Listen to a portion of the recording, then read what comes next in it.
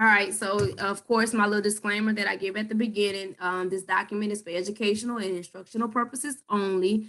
I do not claim full rights to this material. Most of the questions are modified from previously constructed questions acquired from various online resources. Simply put, I don't claim that I constructed these questions by myself or these are my original content.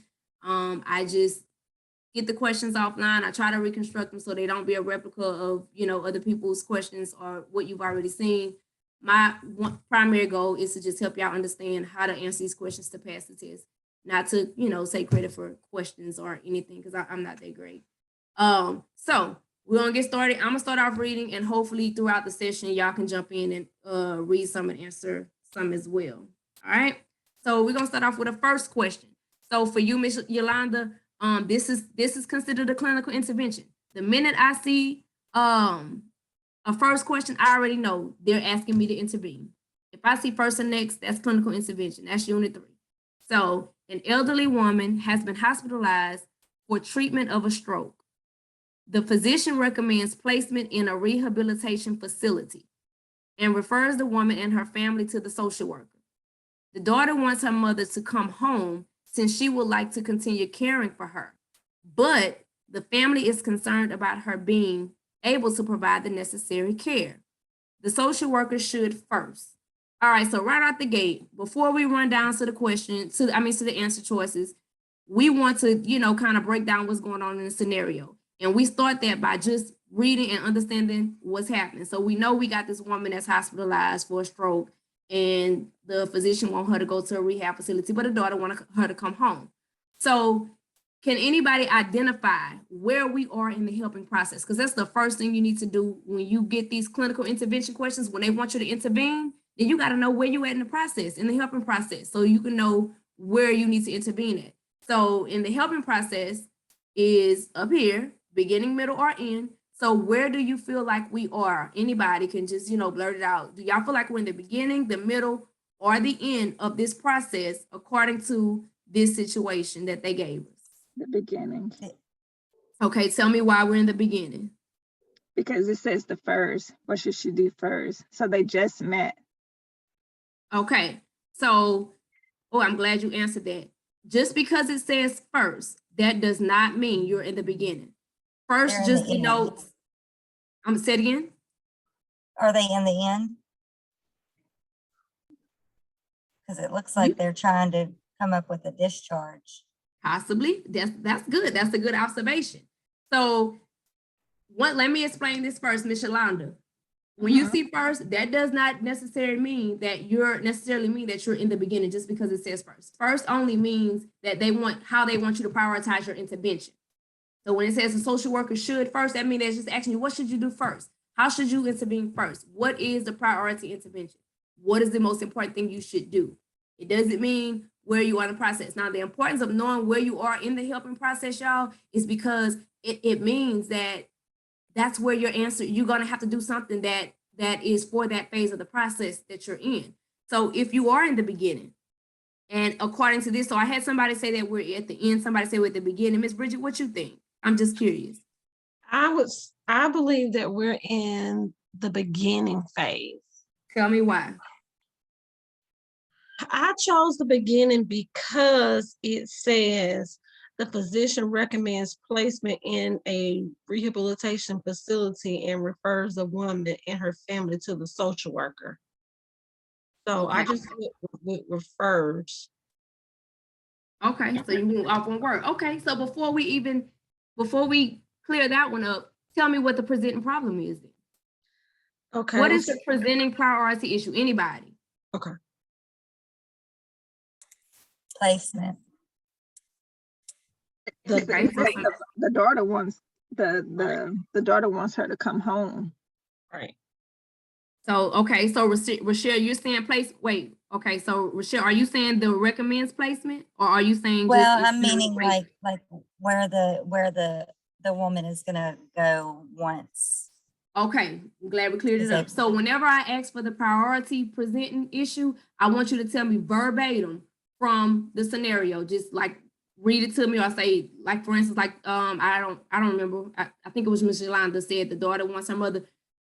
identify it verbatim from the scenario. Like, don't try to Okay. summarize it in your own words, because that's how we start, like, assuming and making up stuff. So instead of doing that, let's just go verbatim. So now, Okay. I will tell y'all, since we have identified the presenting problem, we are in the ending process, y'all. So Rochelle, you were correct about that. We were in the ending phase of this part of the helping process, because it's telling you that the daughter wants her mother to come home. So she has been hospitalized. That already happened, and now she's getting ready to be released. So that means we're at a phase where we're trying to review the progress and see what we need to do next or terminate. So we are in the end of this situation, okay? I want y'all to look at it like that. So usually when we're in the end, we're focusing on what are we doing next. We're evaluating where we currently are and what are we going to do next. Are we going to terminate?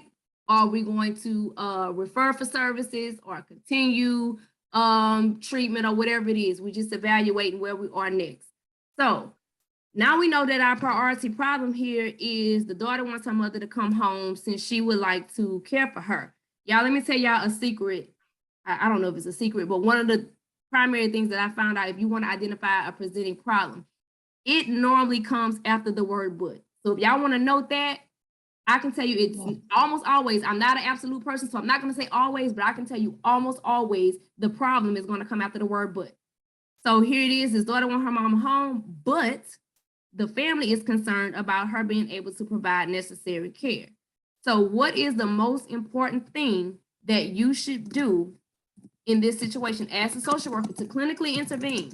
What is the most important thing we need to do? So let's go through the answer choices one by one. Just to recap, because I want to make sure y'all understanding, y'all looking at it exactly how it needs to be. So this woman has been hospitalized. It's time for her to, kind of, I guess, transition from the hospitalization. The physician wants her to go to a rehab facility. The daughter wants her to come home. The family like, nah, the daughter can't even take care of her. So that's the problem.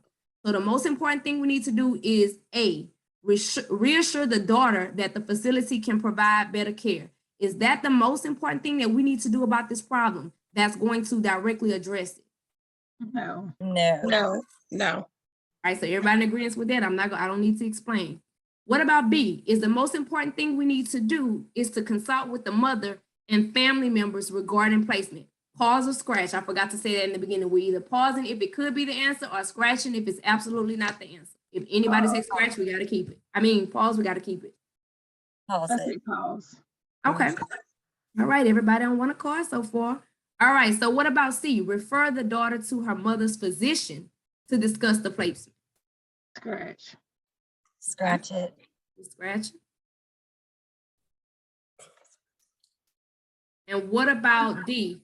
Suggest the daughter take a tour of the rehabilitation facility. Scratch. Pause. Scratch. Okay, so we got to pause. All right, so for the person who paused, I think it was you, Rochelle. Mhm. Why do you want to pause? Since you said pause, we got to get the rationale of why you want to pause. Well, okay, so the daughter wants to take her mother home, so she can care for her. I don't think it would be a bad idea for the daughter to be able to, walk through a rehabilitation facility just to kind of see what she's up against if her mother were to come home. Okay. Okay. So one thing I want y'all to focus on when y'all picking these answers to focus, make sure you're focusing on the presenting problem. So the daughter wants her mother to come home, but the family's concerned about her being able to provide the necessary care. So is suggesting that the daughter take a tour of this rehabilitation facility going to address the fact that the family is concerned that the daughter can't provide necessary care? I'm not saying that it's right or wrong. I just want y'all to think on that level. So is D going to address what we said our priority issue was? The family being concerned about her being able to provide the necessary care. No. Actually, no. No. Okay, so Rochelle has now said no, so I'm gonna scratch it out since everybody's saying no. And y'all, it's okay right now, especially to change your mind, because I want y'all to be looking at it like y'all need to look at it. So that means the only thing we have left is B. So are y'all telling me that B is the answer, that the best way to address the family's concern is to consult with the mother and the family members regarding placement. I would say yes, because it Yes. addresses both parties. Right. I'm sorry, everybody. So everybody said yes. Yes. Yes. All right. Well, everybody is right. So I want to know, what are y'all thoughts about this question? So far, just being able to look at it from the aspect of doing the most important thing that addresses what y'all identified as the presenting problem. But Does this it one, is it clear, or anybody have any questions on how that happened? I understand why the answer is B, but in the beginning, I got it wrong. Not, because I said we were in the beginning phase. And can you tell me why you said we're in the end phase again, please? Because she has already been hospitalized, which is Okay. past tense, and she's getting Okay. ready to transition out. They're trying to transition her out. So that pretty much means they're trying to terminate her from one stage and bring her into another phase. And that Okay. phase could possibly be terminating her completely from the medical care and sending her home, or terminating her to the facility. So it's just really the issue. I mean, not the issue. I guess the highlight here is the fact that, she has been hospitalized and she's getting ready to leave the hospital. And when clients leave hospitals, we would normally refer them somewhere, or we have to have a plan of care for them to leave when they leave. So that's all this is okay, what are the next steps? What are we going to do next now that she's being terminated from the hospital? Okay. So that's kind of why it's terminated. All right. Any other questions about that? Rochelle, you do now have the understanding why D, which is not a bad option. It's not a bad suggestion, but you do understand why it's not the priority answer, because we're looking for the most important answer. I do understand. Okay, and so the other thing before we move on is that usually you want to find an answer, y'all, and y'all look how this is. I'm about to mess up. Let me undo this. But usually, y'all, the answer is in direct relation to the presenting problem.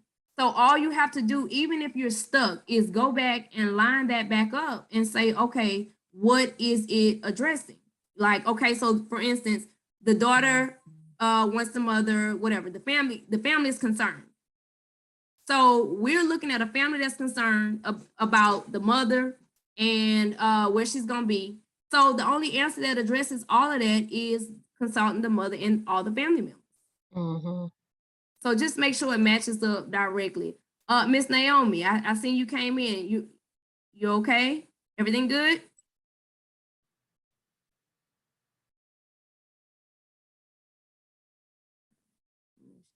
Okay.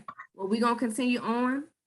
so I have a question real quick. So you Okay. said that, so when we see the word but, the but means to address the but concern, but is concerned about being, so we should. I'm saying, and this is Kim saying that normally when it says but, that's where your problem lies. Now, don't just always see a but and be like, oh, that's presenting problem. Make sure it makes sense. But I can tell you, most all the questions that I've had experience with, whenever it says such and such and such, but whatever follows the but is where your primary issue, where your priority issue lies, and that's where you need to be focusing your intervention on, because that's where your problem is. Because see, it's not a problem that the daughter wants to take her mother home to care for. That's not a problem. Since when that's a problem? The problem is the family's like, oh, we don't know about that. That's what makes it a problem. Make sense? Yes. Okay. So that's just a little something that I kind of found out on my, something that I figured out. Like every time I see a but, I'm like, okay, every time I identify the presenting problem and it has but, the whatever follows that but is normally presenting problem. And I promise y'all, it's been consistent. So I feel confident in telling y'all that. So this is an assessment diagnosis or a unit 2 question. A social worker has been seeing a client for 4 months who reports that she broke up with her boyfriend over a month ago after a violent fight during which he tried to kill her. The client reports having nightmares and continually feeling on edge. She has often missed classes because she loses track of time and is sometimes afraid to walk across campus. The client's most likely diagnosis is. All right, so before we even look at those diagnoses, whenever you identify, they're asking you about some symptoms, or they ask you, well, if they ask you about a diagnosis, the primary thing you want to focus on is symptoms. So you look in there and you go and you highlight all these symptoms, and that's what we're gonna focus at, because that's the type of question this is. It's asking you what is the client's most likely diagnosis. So in this one, you don't need to determine a phase of a process. You can, but I can tell you it's not relevant to these type of questions. So knowing and being able to identify the type of question you're answering, unit 1, unit 2, unit 3, unit 4, that is also going to help you answer these questions quicker, because sometimes it's going to save you work. So if you sit here and you try to, oh, what phase am I in, all of that, you can do that, but it's not relevant. Okay, so they're asking you for a diagnosis. A diagnosis of what? These symptoms. So can y'all point out to me what symptoms that we need to be paying attention to? Nightmares and continually feeling on edge. Okay. Any other symptoms? Track of time, afraid to walk. All right. So because they asking me for a diagnosis, I'm paying attention to, okay, so which one of these diagnoses is gonna be related to these symptoms. So you have a client that's having nightmares, she continually feeling on the edge, she losing track of time, she afraid to walk across her school campus. So just keeping that in mind. And we All right. also, I'm sorry, I was just gonna say, we also need to pay attention to the duration as well. Yes.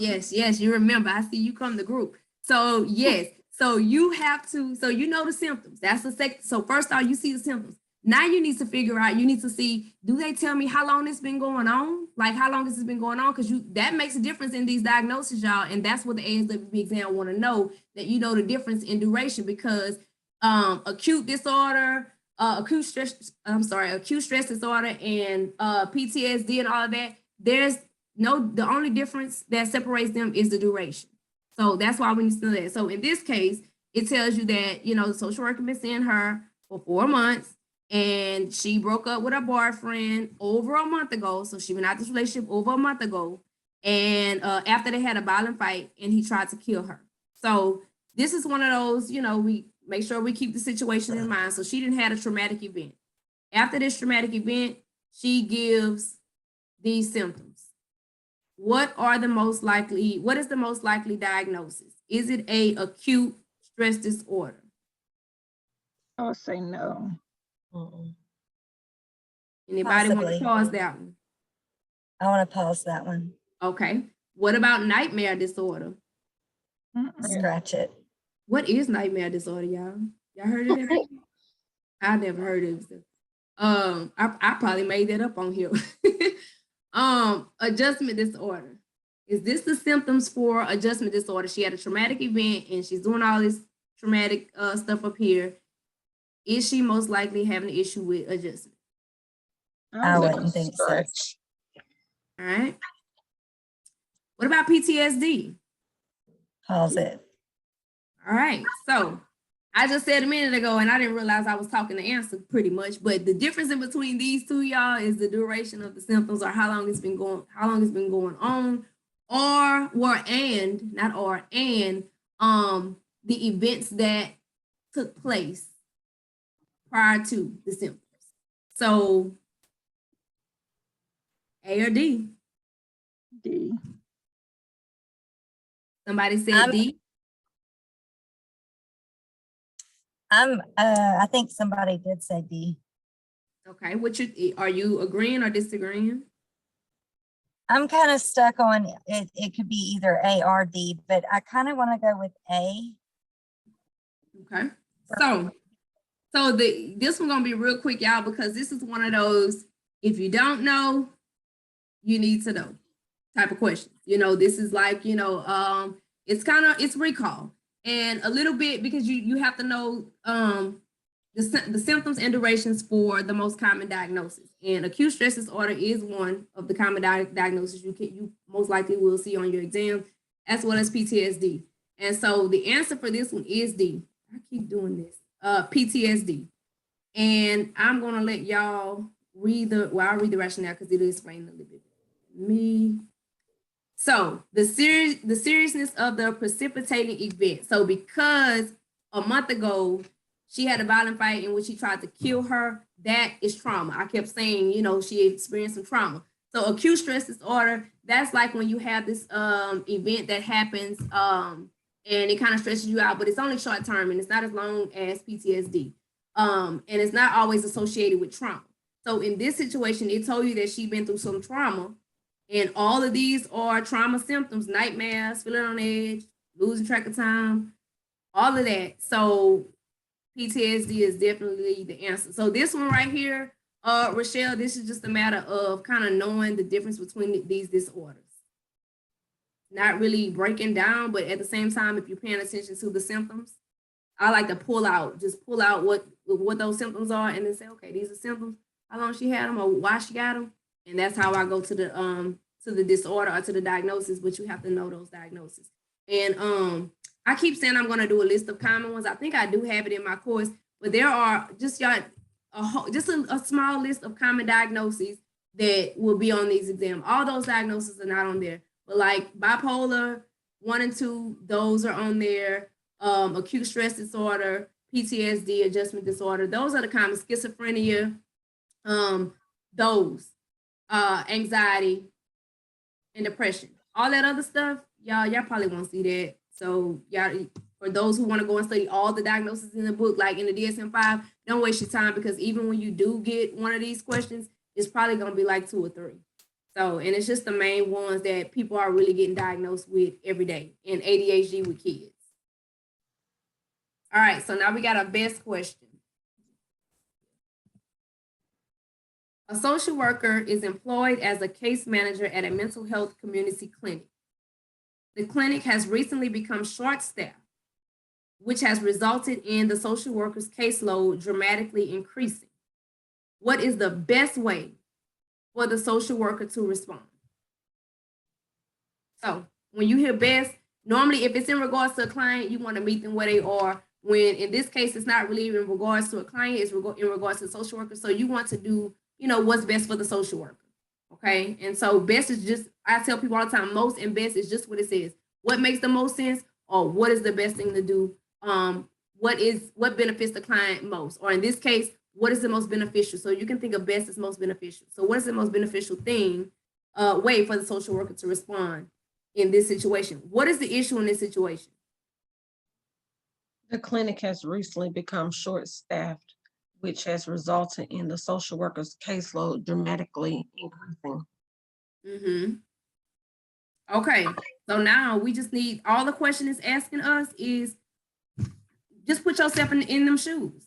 Every question on this exam, y'all go live. Just say, man, if that was me, I'm at this clinic and we became short-staffed. Rochelle, we know all about that. And our caseload is swamping us. What is the best way, the most beneficial way for you to respond? What is the most ethical way for you to respond? All of that, what's going to benefit you the most? Okay, is it to space out the client sessions to ensure that everyone can be seen? Is that the most beneficial and ethical thing that we can do? Pause and scratch. Scratch. All right. What about B? Advocate for a smaller caseload to better manage her cases. Is that the most beneficial and ethical thing that she could do? Pause and scratch. Scratch. Yeah, scratch. Okay. What about C? Pause. Pause. Okay. And what about D? Scratch. Pause. All right. So tell me why we scratched A. Why we scratch what? A. Why are we not spacing out the clients to ensure everyone can get seen? Why do we get rid of that? Because it's, well, with me, it says the best way, and the best way is to prioritize. Mhm. Like, what is Okay. spacing out? Okay, so why won't we advocate for a smaller caseload? Because that's Because like saying lesser clients. Okay. What you was gonna say, Rochelle? the clinic is short staffed. So if you were to, get a smaller caseload, who's gonna be there to see the, Ooh, this is gonna be good. See, that's why we be in the situations we in. What about D? Do her best, D? even if it means working a few extra hours until the clinic can employ more staff. We gonna work ethically, I with think them. that would be the right one. Ethically?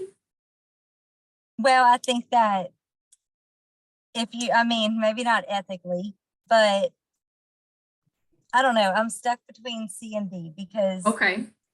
So we stuck between C and D. So everybody else is saying C. Am I clear? I don't prioritize the most critical cases, like, so we just don't see the other people. Yeah, that's what it's saying. Because see, I heard somebody say, oh, somebody just got stuck on one word, and y'all know in groups I don't let y'all get stuck on one word. So somebody is focused on just because it says prioritize, but it has a whole 1, Yeah, 2, 3, 4, 5 more words after that. So Yeah. what is it? What do we really prioritize? And what does that mean? Somebody probably just said every it. case is critical. I mean, yeah, we prioritize the most critical cases for appointments. That means we are not serving our, we're basically picking and choosing who we want to serve. right. And that's not fair because, who deems what's more critical? Everybody who come in our clinics, their situation is critical. Everybody got a fire. So if you be like, oh, well, I'm only gonna see Susie, Joe, and Billy because they got all this going on. I'm not gonna see her because that ain't really that important. She can wait for that. Like, you see how that sounds or looks? That doesn't sound ethical.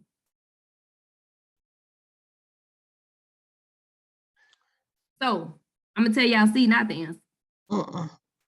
So Rochelle, you were saying D, but is there any other one that we want to? Or Rochelle said D. I shouldn't have scratched it out. Is there any other one that we want to look at as well? I would pause B. Okay. All right. So now we got B and D. Let's talk about it. I want y'all to talk about it because I want y'all to get in the habit of thinking these questions through without me I don't want to tell y'all. So let me just paint the picture. We live. You're stressed out because your clinic is short-staffed. Is that your issue? Rochelle, is it your fault that your job is short-staffed? No, and will it benefit you to work we would extra love- hours? Go ahead. we would love to advocate for smaller caseloads. However, the best way, to ensure that these people are getting the care that they need, there's going to be multiple people left out if the employees left there. So if you burn out, how you gonna help them clients? Working all them hours, how you gonna be helping them clients all burn out? Well, I'm assuming. And what if it take a year for them to 2 years for them to hire more staff? Well, it's, even if it means working a few hours, but what she can do is do her best. Okay. Because we can advocate all day long, but I don't see, what is the question? What is the question asking y'all? The clinic, what is the best way for the social worker to respond? So usually when I see respond, to me, they're looking for an answer from the social worker. So I just chose, I would advocate for smaller caseloads. Okay. So in this case, I kind of drug this one out intentionally because this has a lot to do with ethics, y'all. And one of the things, I don't know if y'all seen the new updated code of ethics, but one of the main two things that they updated in the code of ethics is personal self-care, as well as a lot of this stuff that's dealing with technology, since a lot of us are doing teletherapy and stuff now. But emphasis on self-care. Like, we can't be letting these jobs burn us out. It is not our responsibility or obligation to work ourselves to death because the jobs are short staffed. Now, granted, I get 1,000% what you're saying, Rochelle. Yeah, we can help out a few extra hours here and there, or whatever. But that's our choice. Like that, we don't want that to be the go-to thing, because again, it says until the clinic can employ more staff. We don't know when that's gonna be. When that's going. So you mean tell me you're gonna work a few extra hours, burning yourself out for a whole nother year if they can't find new staff?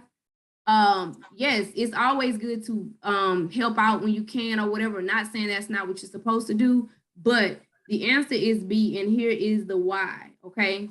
The NASW is clear that social workers should not have caseloads, y'all. This is directly in the code of ethics. So if you ain't read it, go read it, or you can go listen to my video on YouTube that I just made with the whole code of ethics. It's so large that they're unable to provide service of high quality clients. So it's kind of like you got this big old caseload. You gonna either be, like you said, picking and choosing who you want to see, or when these people are supposed to get, let's just say 45-minute sessions, now they getting 15-minute sessions because you got over, and that's not helping the client. In our role as social workers, the most ethical thing for the clients is to, advocate for smaller caseloads. They just don't have to figure it out. Stop doing a intake freeze or whatever they got to do. But the question is asking, what is the best way for the social worker to respond? This is about the social worker, okay? A social worker is employed at a case as a case manager. So this is about you. So the most beneficial thing that you can do for yourself is advocate for a smaller caseload. Now that's not saying that I didn't pick up on that it was mainly for the social worker. Yep, that's why I asked what the question is asking. What is the question asking? And that's how I want y'all to look at. You got to look at all the little details in the question, because it is about, I know most of the questions is about clients, but this question was not about clients. This question was, what is the most beneficial thing? What is the best thing for the social worker? And I'm gonna advocate for y'all to take some of these clients off of me, because no. So I have a question. So since you said that they just updated the code of ethics, so will this, like, the updated version be like? Oh, well, when I say just, this, I say that was 2021. So the last update that I know of is 2021, and yes, it's being reflected already in here. Self-care is already, it's probably not going to be like a million questions on the exam about self-care, but it's already on there, as well as you're going to start seeing more questions revolving around technology. Okay. So the last update before this one was in 2017, but especially after the pandemic, they updated it in 2021 for all that technology stuff. I actually think the self-care was updated. That part might have been in 2017. No, it was 2021 too. So yeah, so you'll definitely start seeing it. I don't know, how they change the exams or anything like that, but definitely whatever is currently going on in the world that, social workers have to deal with, that's what they put on the exam. All right, so moving right along. We got a next question. This should be good. Anybody want to take this one? I'll take it. Go ahead. Okay. You can go ahead if you want to.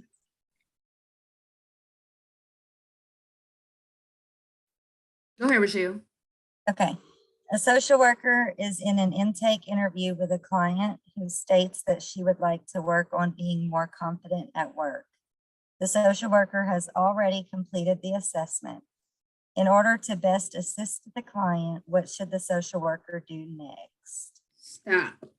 What phase of the process? When I see next, it already tells me, Ms. Yolanda, I'm clinically intervening. I'm gonna keep reminding you that it's the next question. That's the clinical intervention question. So, Rochelle, what phase of the helping process are we in? Are we in the beginning, middle, or end? And when I say that, Rochelle, that just means the helping process up here, engaging, assessing, all that stuff. I broke it down into 3 phases. So in the beginning, we're engaging and or assessing, middle, planning, intervention, and evaluating, termination. So according to this scenario, are we in the beginning, the middle, or the end phase of the helping process? The middle. Why is that? Well, she's already completed the assessment. That's really, really good. That's really good, because a lot of people see this, and that's why I wanted to put this one here, because you are in an intake interview, which is in the beginning, but then they tell you here, oh, but she's already completed the intake. So that's a very good observation. All right, so what is the problem here? What is the priority issue that we need to be working on? She wants to be more confident at work is the presenting problem. Yep. right, and what is the question asking of you to do? In order to assist the client, what should the social worker do next? So in order to best assist the client, this is probably my favorite term on the exam. And when it say in order to best assist the client, that means meet them right where they are, even before you go to this next part. If it tells you in order to best meet the client, that means you're gonna meet them where they are and you're gonna do what's most beneficial for them. Okay, so what should the client do next? I mean, should the social worker do next? Next after what, Rochelle?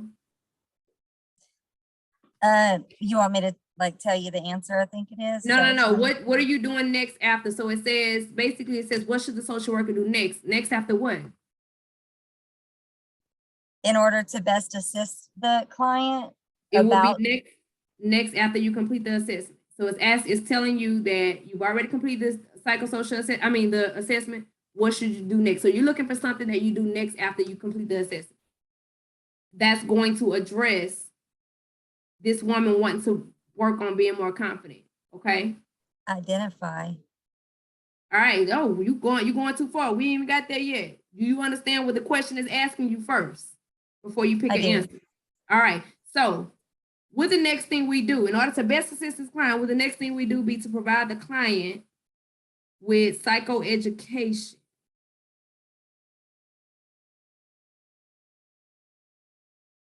Pause or scratch? I would say Scratch. Scratch, okay. Why are we scratching?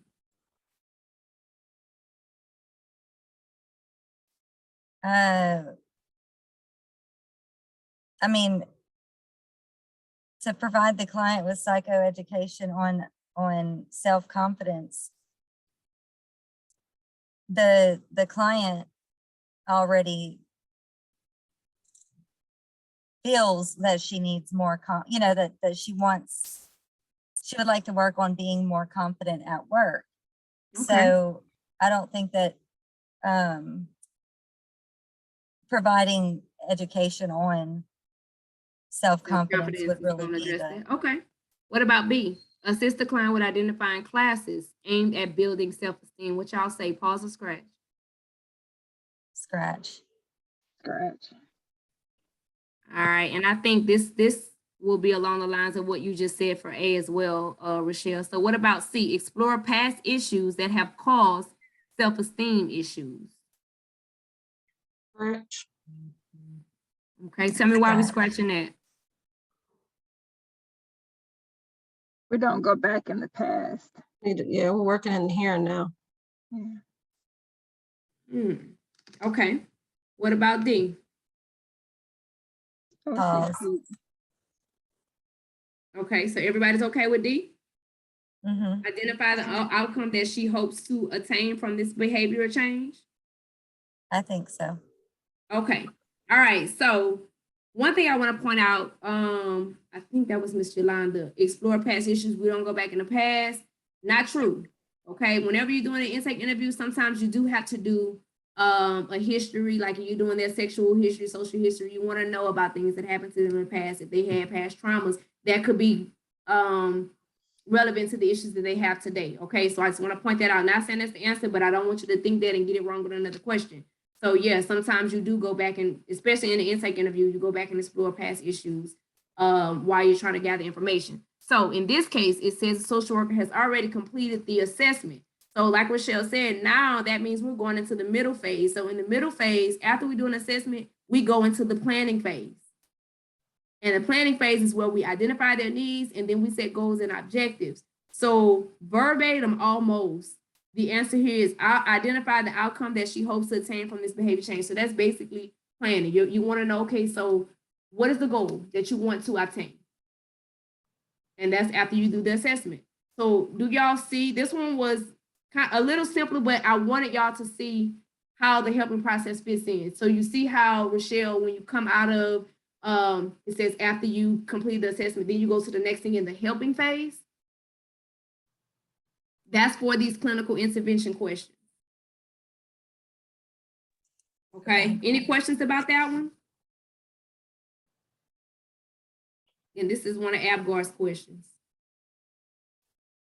All right, number 5, anybody want to take this. Oh, Miss Bridget, you take this one.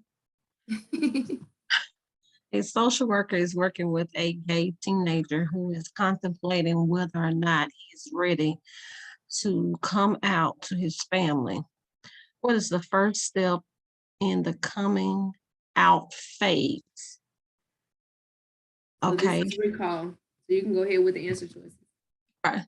So A, begin an intimate relationship with a same-sex partner. B, self-discover. Wait, we This pausing or is- scratching? Oh, I'm Is sorry, I'm A- sorry. Is A the first step in the coming out phase? Scratch. It's scratch. All right. Go ahead, Miss Bridget. Okay, B, self-discovery and acknowledging their own sexual orientation. I would pause. Everybody else want to, anybody else say scratch? I would say pause. Okay. All right. Go ahead, Miss Bridget. C, sharing their sexual orientation with their close friends and family. Scratch. Okay. So that's not the first step in coming out. All right. D, joining a support group for those struggling to come out. Scratch. All right. So everybody okay with B? The first stage of coming out is self-discovery and acknowledging their own true sexual orientation. Mm-hmm. All right, so let me tell y'all this one. This is right. This is the first step. And what y'all need to know, because the exam may not ask you what's the first step, but y'all need to know the coming out phase. So if y'all don't know it, if y'all don't know it, then y'all need to know it. The first stage is self-discovery. The second stage is when they disclose themselves to others. The third stage is when they begin to socialize with others. The fourth stage is positive self-identification. Is when they start feeling good about, accepting themselves. And stage 5, integration and acceptance. That's when they actually start integrating with other LGBTQ members. And then stage 6 is just their journey. So make a note, if y'all don't know the stages of coming out or the phases of coming out, know that, and also know the stages of gay identity development. Because those are the two things that so far, the few questions that I've seen are centered around just knowing the phases of coming out, what's going on in each phase, and knowing about gay identity development. Okay. All right. I'm sorry, where did you say we can find the gay identity part at? Oh, just Google it. Just Google gay identity development, and it's by, I think her name is Cass, C-A-S-S, I think. It'll come up. It'll come up, as well as the stages of coming out. Yeah, I saw a lot of these on my exam. I was like, oh my God. I was like, I don't know about these gay people. Like, Yeah, you gotta, oh my goodness, but you gotta not to know. offend anybody, but I was like, I have no idea.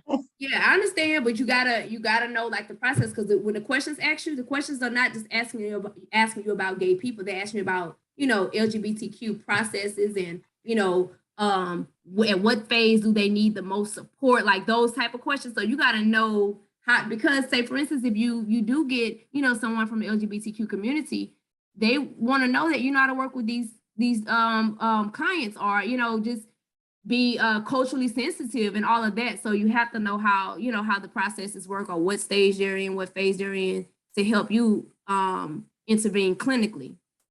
Okay, so y'all know that, because like y'all already seen that there's a lot of questions on there, because like I told y'all earlier, anything that's really prevalent in society today, they're putting it on the exam. So anything like abuse, and that's all abuse: domestic violence, sexual abuse, child abuse, neglect, elder abuse is another one that's been kind of common on there, LGBTQ issues, all of that. That's what y'all gonna start seeing. Whatever y'all notice, natural disasters like these school bombings and stuff surrounded on how to work with those type of individuals that have been through those type of events, all of that, y'all. So make notes that these are the type of community questions that are flooding the exam these days.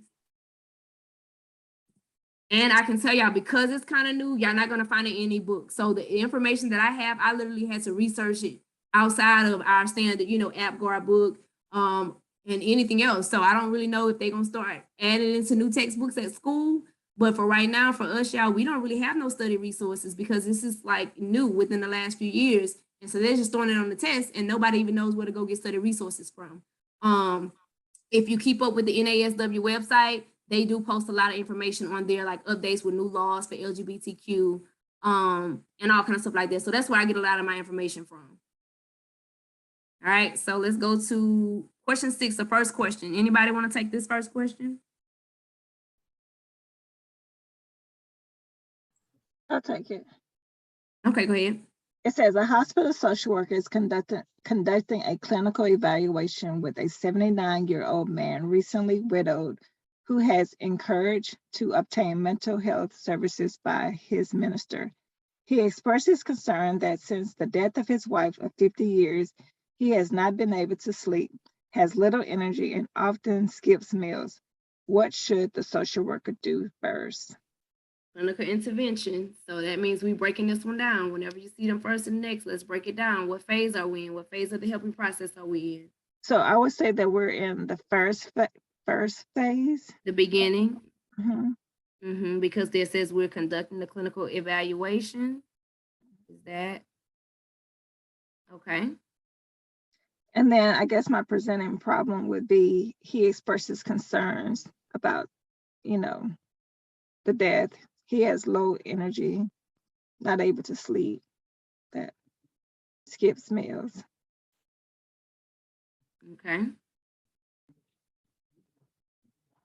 So it's saying, what should the social worker do first? Okay, so first means we're looking for what? Like something in the beginning? Nope, we're looking for the most important thing. Don't forget it. I ain't gonna let y'all forget it. Y'all can hear me and y'all sleep. I be saying the same thing so much. We need to important. acknowledge the client's feelings of loss. Nope, we don't do that up in here. That's what the other people teach. I don't teach that first. I'm not saying that's not the right answer. I want you to focus on what is the most important thing. I'm not saying that's not the answer, y'all. Let me clear that. But a lot of people come and they are taught that, oh, when you see a first question, you always acknowledge the feelings first, and sometimes that's not the answer. Okay. But we need to. Oh, I'm not saying, hold on. I haven't even looked at the answer choice yet. See, Rochelle, you be beating me. I haven't even got to the answer choice yet. I just want y'all to put in y'all mind, when y'all see first, don't think of feelings. Think of most important. Don't think of acknowledge feelings. Think of what's the most important thing I need to worry about according to That this he has review. not been able to sleep and has little energy and skips meals. Exactly. All right, so Ms. Yolanda, is the most important thing we're going to do about the fact that this man, we're doing a clinical eval, so we're in the beginning, and y'all, I'm going to take y'all back up here. When we're in the beginning, she said we're in the beginning, so that means we are engaging and are assessing. So that means our answer has to be doing one of these because that's where they say we are. We can't be ending a therapeutic relationship in the beginning. So it doesn't make sense. So that means our answer has to be engaging and or assessing. So with that little note, Ms. Yolanda, is the most important thing about the fact that this man who wife of 50 years and died and he can't sleep, eat, and got no energy, is the most important thing we need to do is to conduct a mental status examination. Pause or scratch, y'all. Scratch. Okay, why are we scratching? I say pause. Okay. Tell me why we scratching the scratches. Who said scratch and why? I did because, I mean, you're conducting a clinical evaluation. Okay. All right, so what about B? Consult with collateral sources. Is that going to be the most important thing we do about this client who has not been able to sleep, has little energy, and often skip meals? Scratch. Okay. Why are we scratching that one? I said pause. Oh, I'm sorry. Pause. Okay. Somebody said scratch? I said scratch as well. Okay, so why we want to scratch that one?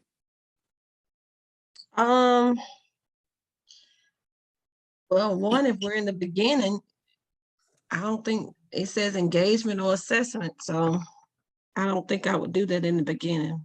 Okay, just want to hear y'all rationale. All right, what about C? Acknowledge the client's feelings of loss, Rochelle. Pause or scratch? I guess scratch. What? Wait a minute. No. I'm sorry. Pause that one. Okay.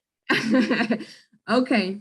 All right. Yeah, I see somebody typing in the chat. I can't really see the chat. Is somebody? Oh, okay. Somebody copied it, y'all, for y'all in the chat. Amen. There y'all go. Okay, and Miss Naomi, I heard you, Miss Naomi, no problem. All right, so what about D? Provide information about depression. Okay, in a clinical eval, okay. While we scratching it, anybody want to pause that one? No, I was scratching. Yeah. All right, so we have some little riffraff about conducting a mental status examination. So the person who feels like we should do that, tell me why. We're in the beginning phase, so I believe we should do an assessment. And plus it says, death of his wife, 50 years. He's not able to sleep. He has little energy, just a lot of red flags going on. So Red flags of what? What red flag in the scenario tells me that we need to do a mental status examination? I was thinking that not being able to sleep and the little energy. MSC is usually for people, I mean, we're trying to test to see, you know, their cognition, if they're all the way there. Like, you know what today is, can you count backwards? Like, we're trying to test, yeah, their mental status. So, just these symptoms are not like mental issues. He can't sleep. And then, yeah, so definitely A is, we can rule A out. So B, somebody said they want to keep B as well. So consult with collateral sources. Somebody said they want to keep it. I don't remember who. I did. Okay, so tell me why. So the reason that I said consult with collateral resources, because maybe he needs to be seen by a doctor because he has low energy and he's skipping meals. And so that's the reason that I said maybe he needs to see a physician. Okay, all right, so C, my C's, y'all tell me why we're gonna acknowledge the client's feelings of loss first. Why is that the most important thing y'all want us to do?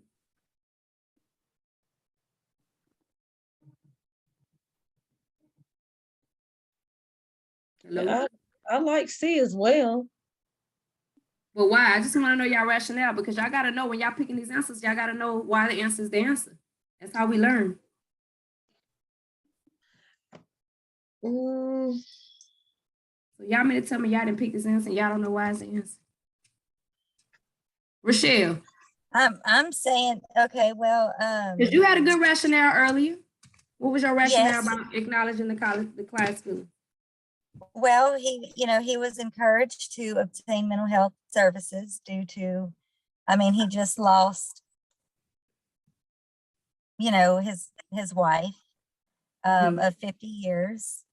So, and then now he's not able to sleep. He has little energy and often skips meals, which I think that that's very important. That's something to definitely address.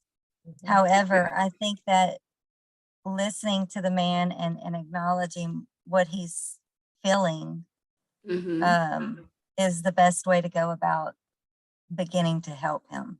Because we're in the beginning phase of the process. So consulting with collateral sources, is that engaging and or assessing here and now? Is that something we're doing here and now in the moment? No, ma'am.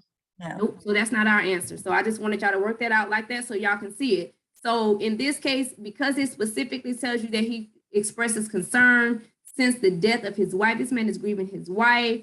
And this is recent, y'all. Whenever I see something that recently happened, I pay attention to it because the time frames are, will tell you a lot. And so this is something that just happened. So we definitely want to acknowledge the client's feelings of the loss, because this is something that we want to engage him and build rapport and build trust with him. And we do that by, empathizing with him and all that. That's all part of engagement. So that's the phase that we're in. So that's why we're going to do that. Any questions about that? Rochelle, I didn't want you to second guess yourself. You almost did. You scared me. I know I do that often, but I think I was pretty confident that it was C. You were so good. Good. I'm glad you didn't change your mind. All right, let's go to 7. Anybody want to take it? I'll take it. Go ahead. A social worker receives a call from a former client complaining about her new social worker, Jessica, at another agency and wants the social worker to intervene. She reports that the new social worker does not listen to her and rushes through their appointments. The social worker knows Jessica. What should the social worker do? So this is just, it doesn't say, Ms. Shalonda, it doesn't have what should the social worker do first, what should the social worker do next. It just says what should the social worker do, which is the same as the social worker should. So normally in these cases, when they just leave should standing out by themselves, y'all can bet y'all last dollar that this is going to be an ethical question. It's going to be something surrounding around what is the most ethical thing you need to do. So Rochelle, tell me what's going on. What's our issue here? Because this is the ethical question. We don't have to worry about phase of the process and all of that because it's not that type of question. So what's the issue here? What's our priority issue here? Well, the issue is that the former client, you know, who's complaining about her new worker at another agency wants me, I'm just going to say me, you know. I want to know, tell me verbatim from here. Just okay, wants the social worker to intervene. She reports that the new. Okay, right here. Okay. And she reports that the new social worker does not listen to her and rushes through her appointments. Okay. So what should the social worker do? All right. So we're looking for the most ethical thing. Does everybody have a clear understanding on why this is geared towards ethics, doing the most ethical thing? Mm-hmm. Okay, when it just says should, I want to make that clear. When y'all see what should the social worker do, like just period without nothing else, no first, next, all of that is leaning towards ethics. So Rochelle, is the most ethical thing we need to do is call Jessica to inform her of the client's concerns. Pause or scratch? Scratch. Why are we not going to call Jessica and tell her that this client is, you know, complaining about her? Why wouldn't we do that? Well, because it wouldn't be, I mean, that it's really not our place to do so. Right. That's not ethical. All right. What about B? Should we advise the client to talk to Jessica's supervisor? Scratch it. Why not? Why wouldn't we tell the client, well, look, I can't help you. You go talk to a supervisor about that.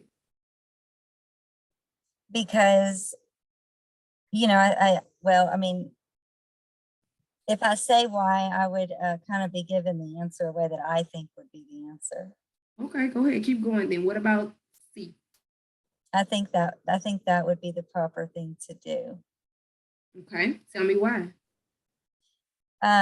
Well, it's putting the social worker in a uncomfortable situation, you know, with a former client complaining about her new social worker who works at a totally different agency. Mm-hmm. And obviously the social worker, there's nothing she can do about it.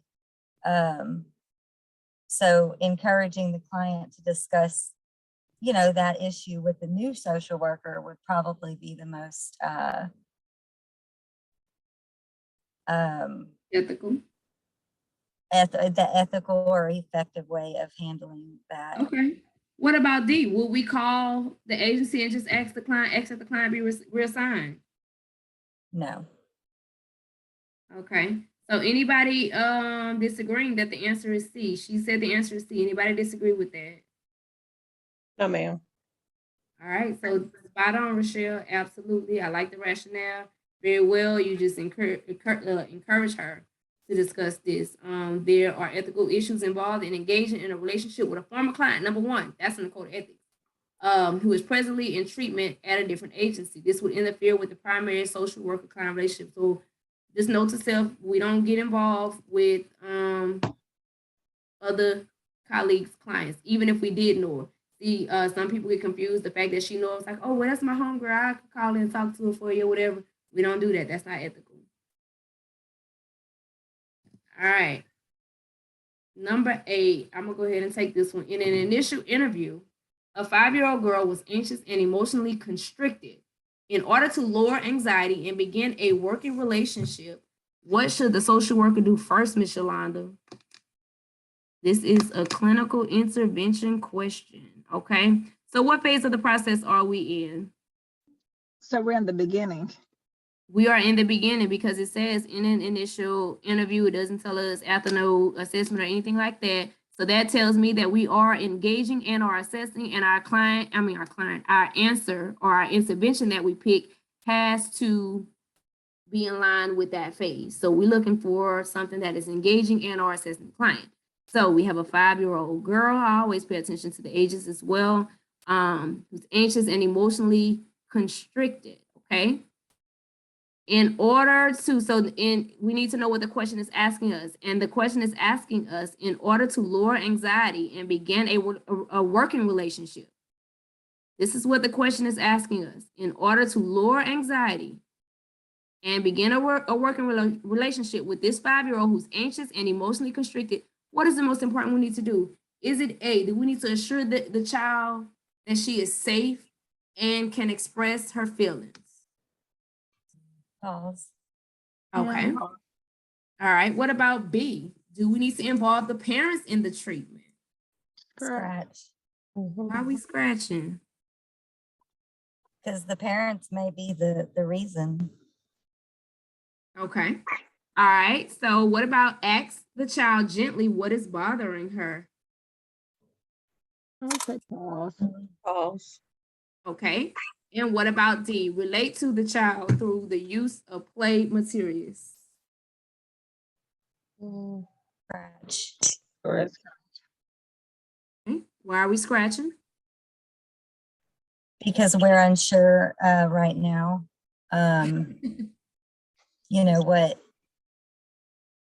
is causing the girl to, I mean, I don't know how to explain it, but without knowing much about the little girl, how can we relate to her? Ooh, okay. So we're in an initial interview. We're in the beginning phase of the process. We are engaging and or assessing. Our answer has to reflect as such. We have this little 5-year-old. She's anxious and she's emotionally constricted, meaning she's just, kind of like not really there emotionally, not trying to be there emotionally. So in order to lower her anxiety, to start working with her, you're in the beginning phases with her. You're trying to build rapport and trust with her to begin this working relationship, to make her not so emotionally constricted, to lower her anxiety. What is the most important thing you should do? Should you assure the child that she is safe and can express her feelings? Or should you ask her gently what's bothering her? I would say assure the child that she is safe and can express her feelings. Anybody else? I agree. I agree too. Okay. Well, y'all all agreed wrong, unfortunately, y'all. And this one is going to shake y'all up. So because I got it wrong, I want to just drive it one more time. You are in an initial interview. You are in the beginning phase of the helping process. So you are engaging and or assessing this child. She ain't really trying to let you assess her because she's anxious and she's emotionally constricted. So you're trying to break the ice with her. You're trying to lower her anxiety and to begin this working relationship. So the best thing that you can do, or the most important thing you can do, is relate to her through the use of play materials. She's 5. For people that see kids, we know sometimes we have them little Lego blocks in our office and, little dolls, and just like, hey, just to break the ice with a 5-year-old, because telling a 5-year-old is safe, that she can express her feelings, she ain't understanding that. You're a stranger.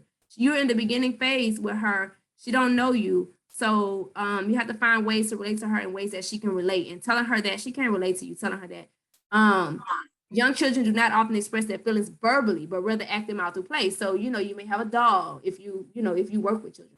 You may have dolls in there. You may have blocks or Legos or some little cars for the little boys. That's what we use those two to kind of relate to the kids or kind of loosen the kids up. Make sense? What y'all thoughts about that? Tell me what your thoughts are about that now that everybody got it wrong. I want to know what y'all thoughts are. Somebody got to have some thoughts. I see it now. That Okay, good, and that's perfect. As long as you see it now, that's good. What about you, Rochelle? You good with it, or is there still some questions?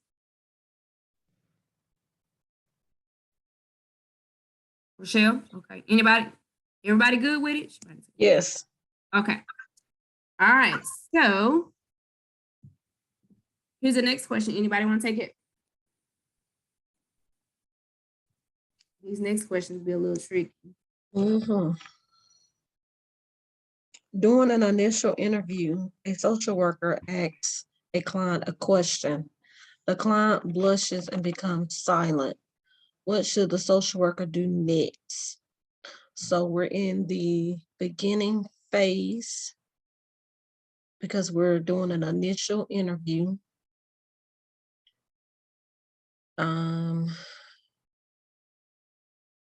What is the problem here? Or The the client issue of concern? blushes and becomes silent.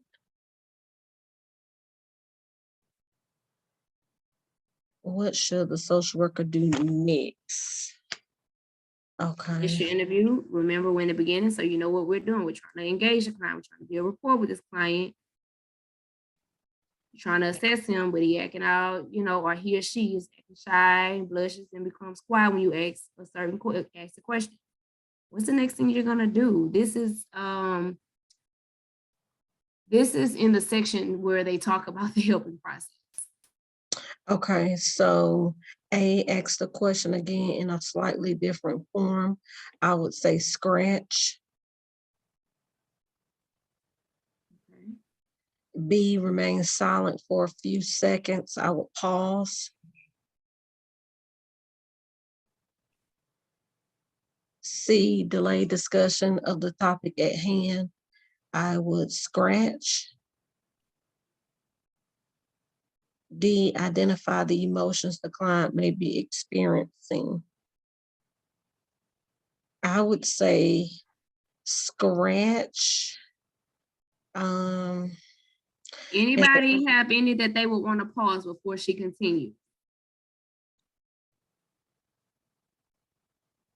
Okay. Pause on D just because, I mean, I feel like it's B, but then I also want to acknowledge, like, you know, her emotions. So I'm between. I would say D. You said which one? D. Okay. All right, so we stuck between two. This happens on the exam. So when you're stuck between two good ones, y'all have to go back and compare each answer choice with whether or not it addresses what the problem is and what the question is asking of you, and make sure that it is related to what the phase you're in. So let's do that. So we're in an initial interview, so we're engaging in our assessment. We asked the client a question, the client started blushing and got silent. So the next thing that we should do, because it's asking what should the social worker do next, after you ask this client a question and the client blushed and became silent, what will you do? Will you remain silent for a few seconds? Is that, or will you identify the emotions the client may be experiencing? Yes. Because I feel like it's engaging with the client. Which one is engaging? D. How do you identify the emotions? Can somebody give me an example of that? So, you know, like if you're blushing and you sit back in your seat or something like that and kind of like, you know, I don't know. So like how will you body identify language. the emotions for the client?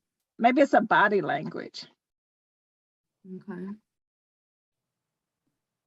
So what about remaining silent for a few seconds? Is that something that we would do or not do, or any rationale around that? What's that about? I said B because I remember reading in the Don Apgar book that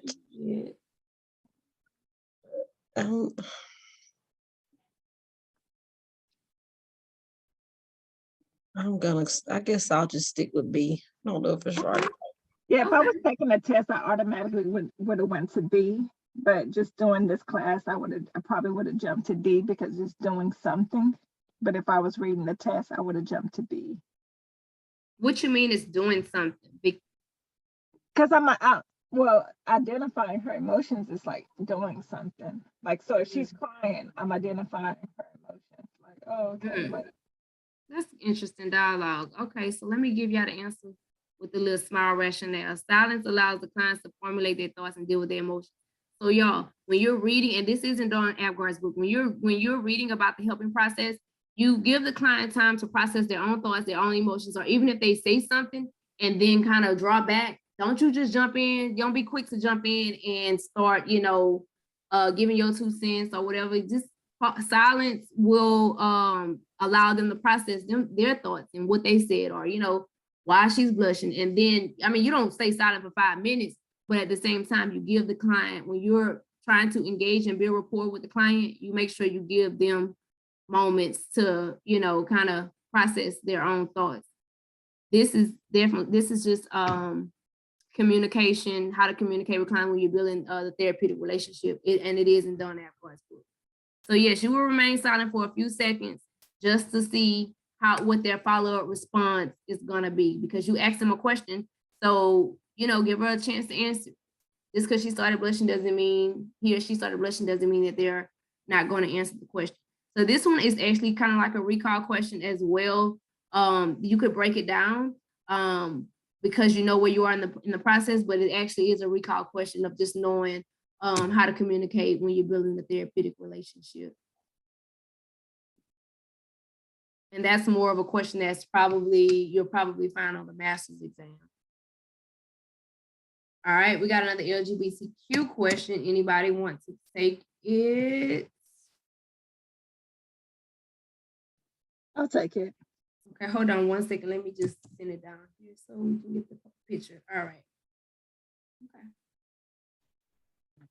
It says a social worker at a community agency wants to conduct a needs assessment to determine areas of program development to better serve the LGBTQ community. All of the following activities might be included in a needs assessment, except. Ooh, this word is step, y'all. This word be tearing me up. So, all right. So what's going on in the situation? Is it one we need to break down? It sounds like a question that, we just kind of need to know the information, right? Yeah. All right. So what's going on? We just got to identify what's going on. Mm-hmm. So they need to she wants to conduct a needs assessment to determine the program development for this community. So all the following activities might be included in this assessment. In a needs assessment. So this question is a community question, it's a macro question, and you just need to know what's included in the needs assessment. Y'all gonna need to know this because they ask all kind of questions around, the macro working in the macro community and, needs assessments and stuff. So the best way for people, if you like me, you struggle with accept because I be thinking everything backwards. I just drop that accept and I'll say which all of the following might be included in a needs assessment. And I check off all the ones that I know that are included in a needs assessment, and the one that's left is the exception. That's how I do it for anybody who may struggle. Some people may can just read the exception, but my brain don't process like that. So conducting a survey amongst the LGBTQ community, is that an activity that will be included when you're doing needs assessment? Yes. So we can scratch it.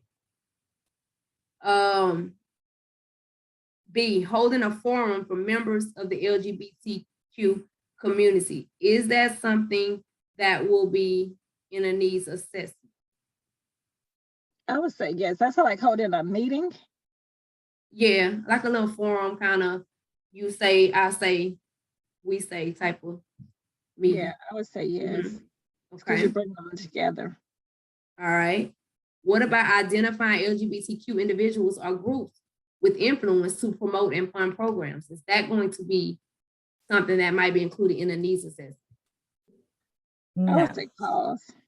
Okay, so we got to know, we got to pause. All right, so what about D, collecting service statistics regarding use of current LGBTQ programs? Will that be included in a needs assessment? No. Service statistics. I would say yes. Okay, so somebody said no? I said no. Okay, so we got C and D. So y'all, we talking about a needs assessment. If you don't know it, make a note so you can go back and look over needs assessment, because even outside of LGBTQ, working in the community, they're gonna ask you some questions about needs assessment. So you have to know what's all included. A needs assessment, do y'all know what a needs assessment is? Anybody know what a needs assessment is? I want to take a guess. Like what you need to run your program? Or like just an assessment of what you need for this program. You're trying to develop a program to better serve the LGBT community. So you got to figure out what it is they need so that you can serve them better. So you're I doing a think needs it's assessment. better. I'm sorry. Oh, no. You said you think the answer is A as the exception, or is A something that will be in the needs assessment, or are you saying it's not? Because that word accept trips us up. I think it's A or B. I'm confused. So A or B as far as that's not included in a needs assessment? No, I would say that it would be. Right. Needed. So you process like me then, Rochelle, because that means we scratch them out, because we scratched out all the ones that are needed, because this is an accept question. And so I have to think of it. Yeah. That's how I think. That's how I process it. I process it like that. So I have to take the accept off in order for me to understand it correctly. So yes, A and B are definitely something, you're right, that's included in a needs assessment. So we're gonna scratch them out because we're trying to find the one that's not. We're trying to D. find the exception. Which one? D. D should not be in there. D. Okay, so we still stuck between C and D. I need somebody to give me some rationale. Which one we gonna go with? Which one is not in a needs assessment, y'all? We got a D. I would say program funding, to promote the funding part, because I think that and I'm probably could be wrong, but I feel like it could come later. So I would want to know, like, the statistics regarding like what programs work, what programs didn't work. That's just my thought. I don't know. Mm-hmm. Well, that's a good thought, because that is definitely correct. The trying to get people with influence to promote the program and all of that will come later. And that's not something that's done in the needs assessment. In the needs assessment, we are focused primarily on what this community needs. Okay, and right now we do that by surveys, we hold forums so they can tell us, and we do that by statistics. Like, we need the facts and those type of things we're trying to get. So we're trying to develop this program. Now, once we get our program, figured out, then we can start soliciting people with influence to promote it, to help us promote it and raise funds for it. But we got to figure out what they need before we start trying to raise money. So would C be stakeholders? Yeah, it would be stakeholders. Stakeholders are anybody that has any type of interest, financial interest, usually in a program or organization or whatever. So yeah, it could be stakeholders. It could be people, like some popular LGBTQ influencers on social media, to you get them to, make a few posts or make a video or something like that to promote the program and all of that. But that's not done, of course, in the need. So that is the exception. Good question. Yes. Got them community questions. Whew. I hate them. Yeah. Yeah. All right. And it's hard to find material on them, y'all. I had to buy a whole community book, just a book on, like, it's just a book for community, because you ain't getting it in none of the other books that's floating around. So, all right. Number 11, we got a most questions. So a school social worker is starting a group for gay and lesbian teenagers. What factor would be most important for the social worker to consider when starting the group? So you're starting a group for gay and lesbian teenagers. So when you're trying to start this group, what is the most important factor that you need to consider when you're starting this type of group? Is it starting a group for gay and lesbian teenagers may cause them to feel stigmatized, cause a scratch? Is that the most important factor we need to worry about? Or we need to consider, let me say that. I would say scratch. Mm-hmm. Okay. A support group should be facilitated by the student themselves. Is that something we need to consider? Cause a scratch. Say scratch. Okay. Groups that single out gay and lesbian students are likely to make the students targets for bullying. Is that something we need to consider? Scratch. There's only one left. I sure hope y'all with it. On the looks of it, though. Right? Starting a group for gay and lesbian students can provide support and reduce the risk of suicide. Is that an important factor to consider? No. Well, honey, which one is? Because I thought y'all was all on the same page and she bust out with the no. So which one is it? That was a strong no. Well, she's starting the group for gay and lesbian teenagers. So the factor to me that would be most important for the social worker to consider would be, I would say Go ahead. a support group. Not necessarily, but I don't know, because it shouldn't be facilitated by the students themselves, not but the more like an open floor. Right, so that's not the answer. That's not it. The students should not be facilitating this group by themselves. So that leaves us with starting a group for gay and lesbian. Okay, so you're saying that starting a group for gay and lesbian teenagers may cause them to feel stigmatized. Okay. Don't listen to me. I love it. So we gonna stay with D. Yeah, Rochelle let's say said, I would say Rochelle said, don't listen to me. So yes, D is the answer. A supportive environment can help reduce feelings of isolation and may decrease the chances of suicide. And since the group membership will be voluntary, this is important. It is very unlikely that the students will feel stigmatized because it's a voluntary group, right?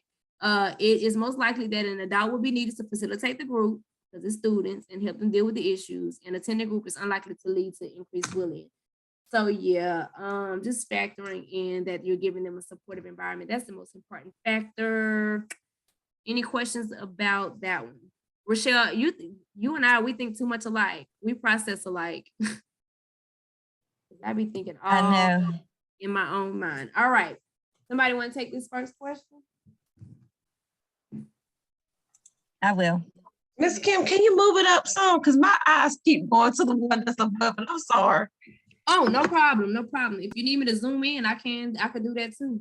Okay. Y'all all right? Y'all need me to zoom? Let me zoom in one more time just to, okay. There we go. A social worker is meeting with the parents of a 9-year-old girl who reports having difficulty dealing with the girl's recent behavior. She was caught stealing money from her teacher's desk a week ago and has collected an array of pencils, crayons, and other school items from her class that doesn't belong to her. What should the social worker do first? Oh, do you want me to read the options? Oh no, so tell me, what phase of the process are we in? Beginning. Yep, we're in the beginning. And one thing that I've recently pointed out, y'all, if it says we're meeting, then that it hasn't failed me yet. That tells me that we're in the beginning, even though it doesn't specifically say, from all the questions that I've been working out, a social worker is meeting, that insinuates the beginning. So that means we're engaging in or assessing this client. So we have a 9-year-old, Rochelle. We meet with the parents of a 9-year-old. What's going on in the situation? What's the priority issue here?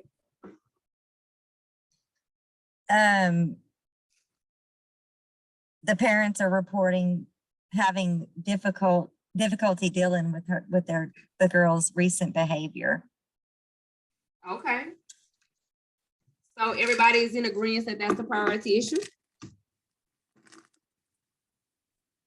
I mean, well, the issue is the girl stealing, but the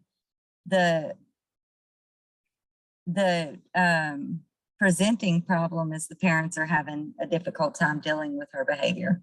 Okay. All right, so what is the question asking of you? What the social worker should do first. Okay. So that means, what's the most important thing you need to do? You're meeting with the parents of this 9-year-old girl who they're having difficulty dealing with this girl's behavior. I would say, I'm sorry. Go ahead. No, you go ahead. I would say obtain consent from the parents to consult with the girl's teacher. Okay, so she already got her answer. Anybody, let's go to B. Anybody feel like we need to scratch A? So A is up there. So what about assess the parents' disciplinary measures? Is that something we would do? No, not for. No, not yet. Okay, I'm over here saying that. What about C? Are we going to inform the parents that this behavior is age appropriate because children at this age do not understand causality? No. Correct. My 9-year-old didn't understand. I would say pause. Okay. So what about D? Refer the child for psychological testing to clarify factors underlying the problem. No, scratch. Okay. All right, so we got A. Rochelle said that it was A, and then somebody wanted to pause. Inform the parents that this behavior is age appropriate.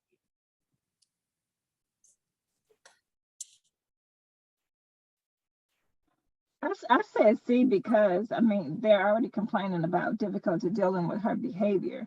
And so she's stealing. And so I need to address her, what they So you can. saying that it's normal for a 9-year-old to steal, it's age appropriate for a 9-year-old to steal because at 9, they don't really understand causality.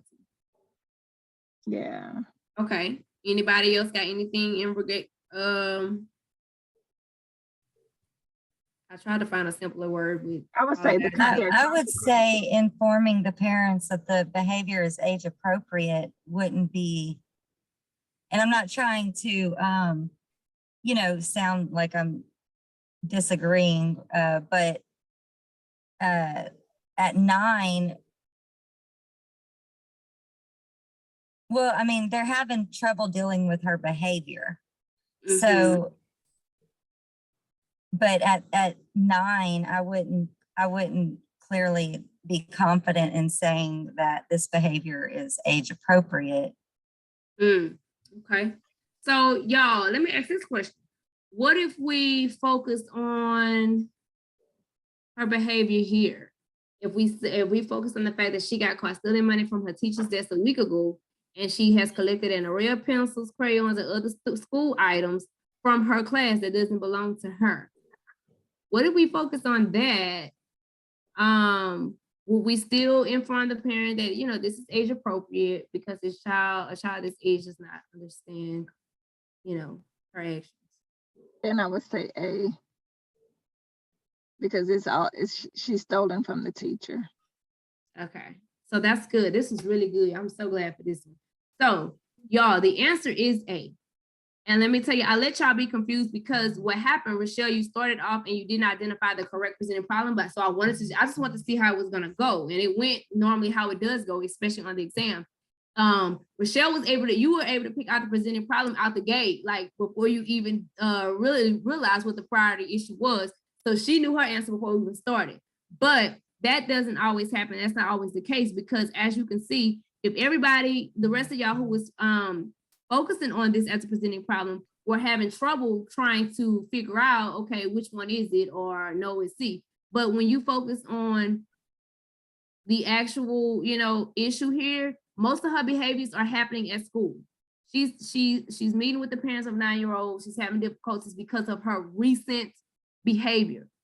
Those behaviors was that she got caught stealing. I told y'all when y'all see recent, pay attention to that time frame. It means something that just happened. So her recent behavior, which was she got caught stealing money from her teacher's desk,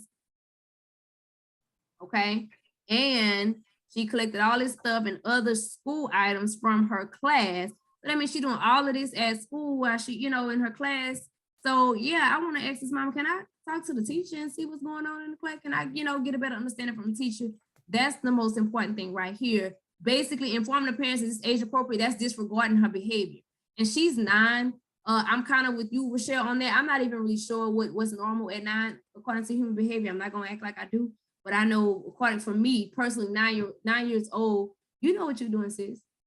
You know stealing is wrong. My 5-year-old could tell right now, she knows stealing is wrong. So I would think that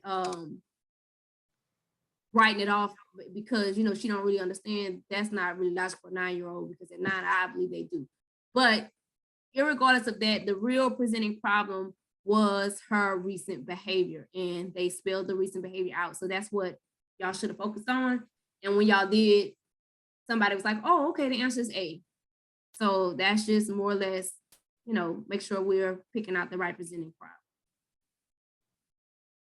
Any questions about that? Let's see. The girl's behaviors are primarily being exhibited at her school. Yes, her teacher may be able to shed some additional light on her behavior.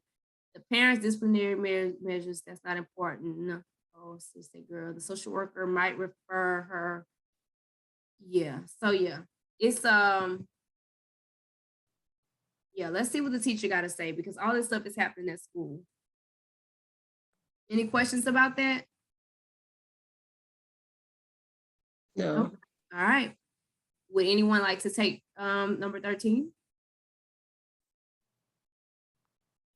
I'll take it. Okay.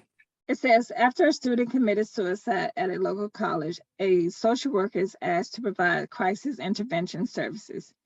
After informing the students about the services and confidentiality, what should the social worker do next?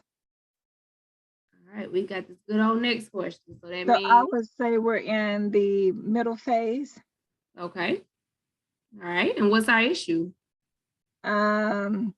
After informing the students about services and confidentiality, what should she do next? Okay. So the issue is the student committed ahead. suicide. This And is she- it right here? Yes. That's it? Oh, no, so she's providing crisis intervention. Okay. All right. So heavy on the crisis intervention services, y'all. All right. So what's the question asking of you? What should we do next after she's already provided services? Yeah, confidentiality. Okay. So what we gonna do? So we about to provide this crisis intervention. We done already told them about the services, and we already explained to them the limits of confidentiality. What are we doing next? You can go ahead and take us through the answer to us. It says, educate the students about the grief process. I would say, Pause or scratch, no. y'all. I would scratch. Okay. Anybody want to pause it?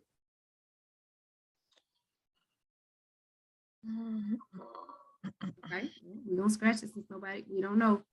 Go ahead with B. It says, allow students to express how the loss is impacting them. I would pause. Talk with each student individually. I don't know, I would scratch that. Okay, anybody want to keep this one?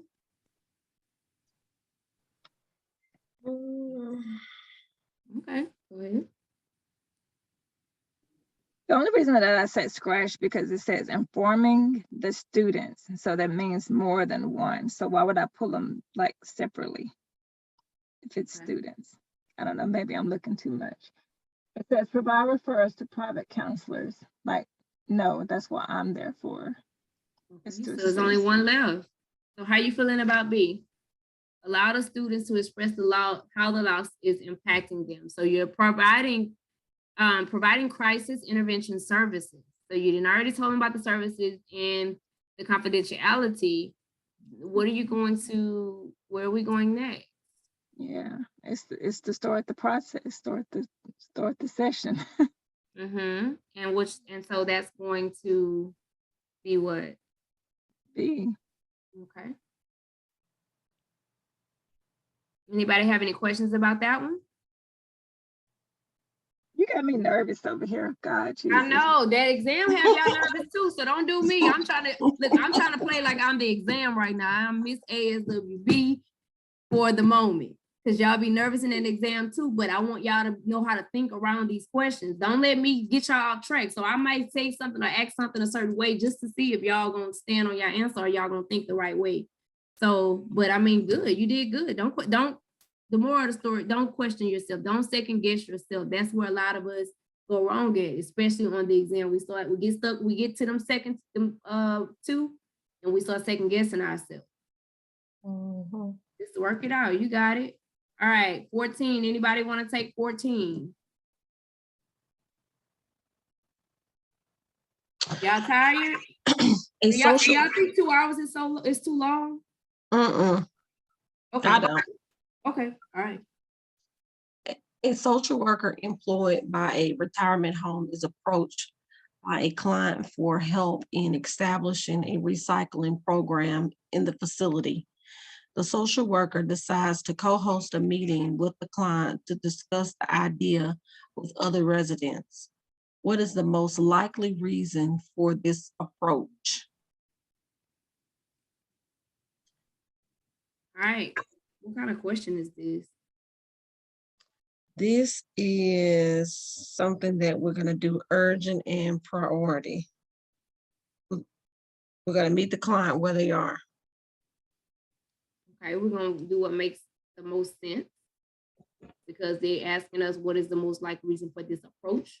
So we're gonna do, we wanna know what's the most likely reason for that. However, what type of question is this? When I ask that, this is basically one of those good old macro questions because they're asking you to help in establishing a program.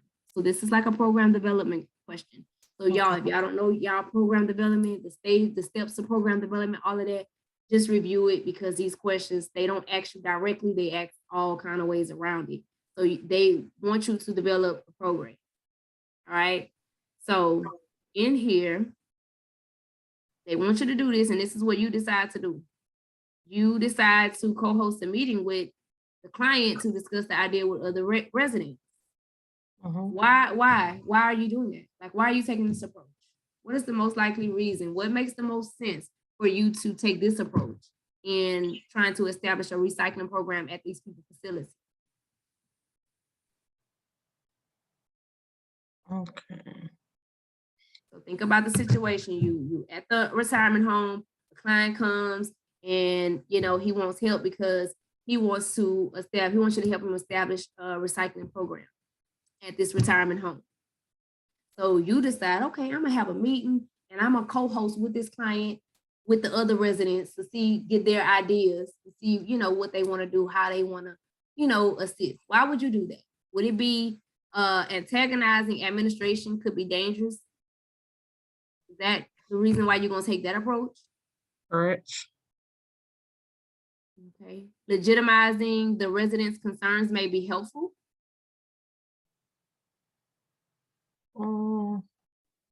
You want to make them feel like their concerns may be legitimate. Is that why you would take this approach? I would say scratch.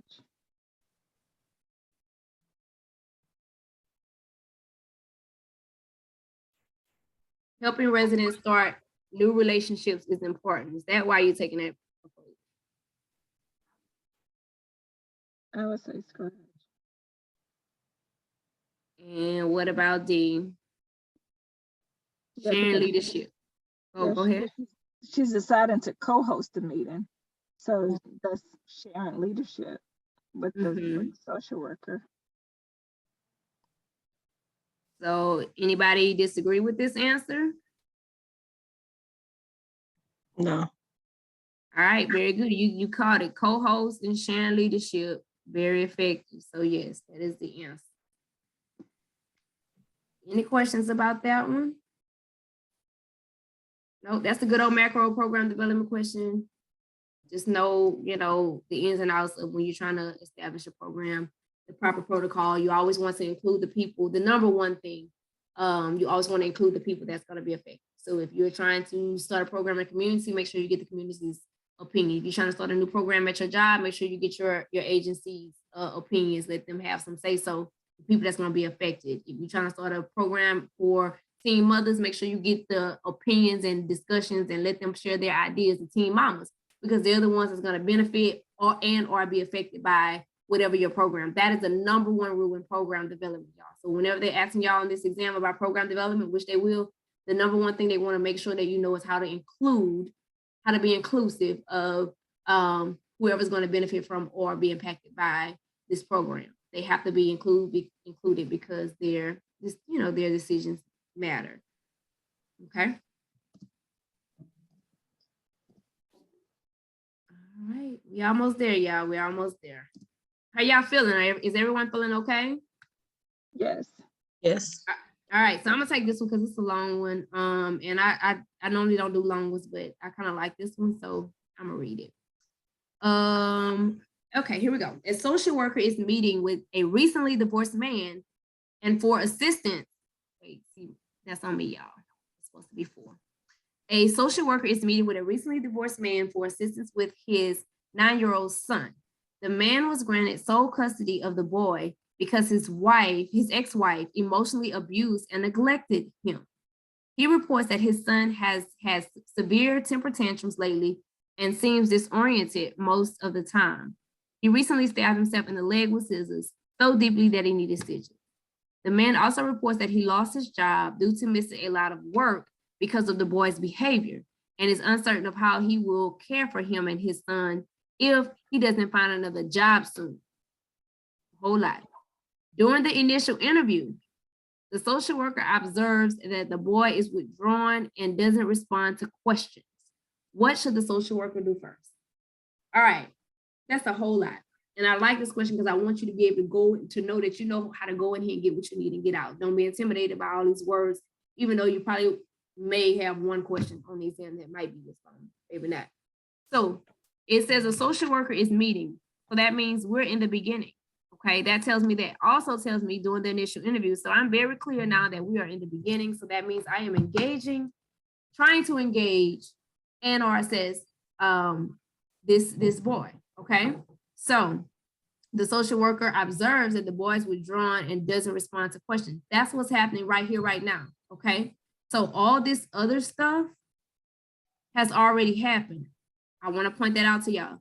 So he reports that his son has had severe temper tantrums lately or whatever. So we want to consider all of that, but we want to focus on what's happening right now. So he recently stabbed himself. That already happened, already, you know? So we're not focusing on that, but we are going to consider that, okay? He also reported that he lost his job. He didn't lose his job in the session, so we want to consider that, but that's not happening right now. That didn't already happen before he got here. So, but during the initial interview, what is happening is the social worker observes that the boy is withdrawn and doesn't respond. That's our priority issue, so we need to do something about that. What's the most important thing that we're going to do about this boy who is withdrawn and not responding? Are we going to gather information about the boy's mother to find out if she can provide any help at this time? Is that going to address the fact that he's withdrawn and doesn't respond to questions? Correct. Correct. Discuss possible resources for the man and his son. Is that going to address the fact that the social worker observes him and he's withdrawn and doesn't respond to questions? Correct. Are we going to prioritize working with the boy on coping skills to help deal with all the changes? Is that going to address the fact that he's withdrawn and doesn't respond to questions? No. I mean, we in the intake, we ain't gonna be working with him on coping skills in the intake. That's not what we do. We're just trying to gather information, right now. We're not trying to start helping him deal with his issues, right? Right. So we scratch that. So what we're gonna do is we're gonna complete a full biopsychosocial assessment on the boy due to his symptoms, because that's what we're paying attention to. He's withdrawn, he's not responding. So let me do a full biopsycho. Let me see what, get some bio history on him. Let me get some psych information on him. Let me see what his social history like, how he get along with people at school. Let me see, if he got cousins, if he got friends. Let me get all this information to give me more insight into him. Because again, that is why they're there. He's seeking assistance for the boy. Okay. So any questions about that one? What do y'all think about that one? I think y'all were pretty much, the answer pretty much jumped out. It was very clear what the answer was. I didn't want to give anybody opportunity to kind of get caught up in here. So that's why I pointed out, all of this stuff already happened. So make sure when you're picking an answer, because think about if you would have focused on everything that's going on in here, he lost his job, all this kind of stuff, you may be tempted to pick another answer. Maybe you think that, oh, well, he needs a job to take care of his son. That's the most important thing. You probably would pick B, but that already happened. So we're not focused on what happened. We're focused on what's happening right here, right now. Clear? Yes. All right. Anybody got any questions? Any questions in the comments? I want to know what y'all thinking. Miss Yolanda, how you feeling? I'm getting there. You getting there? Okay, I need you to look. I need to boost that confidence up. Yes. All right. What about you, Rochelle? How are you feeling? I'm feeling, I mean, I know I have, you know, of course, room for improvement, but I think that the way that you're explaining things is helping me a lot for sure. Okay. And Miss Bridget, how about you? Same. I'm just gonna continue doing practice questions, but I am learning a lot. Good, good, good. And Miss Naomi, I know she's on mute. If you want to type something in the chat, just any questions you have, or just how you feeling after the Yes, session. I can go hear you guys. Yes, it was helpful. The questions are always tricky for me, but it was helpful like when you break it down. I think I just overthink too much, We all when it do. comes to Yeah. questions, Me right? too.